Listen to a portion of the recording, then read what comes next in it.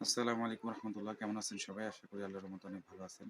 HSC পরীক্ষা ২০২৪ গতকাল বাতিল ঘোষণা করা হয়েছে। তোমরা সবাই জানো বিষয়টি। তাও তোমাদের নিয়ে আজকে আসলে এই ভিডিওটি।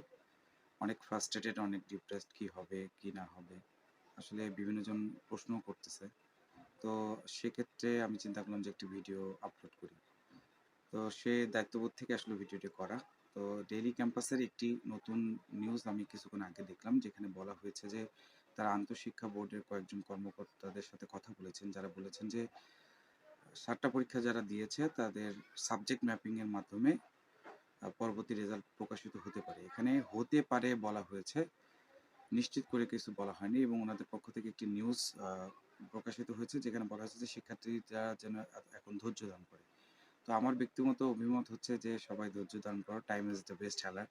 সময় সবচেয়ে বড় উপশমকারী। নেক্সট ডে আসলে আমরা জানতে পারবো যে আসলে তোমাদেরকে কি করতে হবে। ততক্ষণ পর্যন্ত আমার মনে হয় যে অ্যাডমিশনের কিছুটা প্রস্তুতি এগিয়ে নেওয়া যেতে পারে। ধন্যবাদ সকলকে।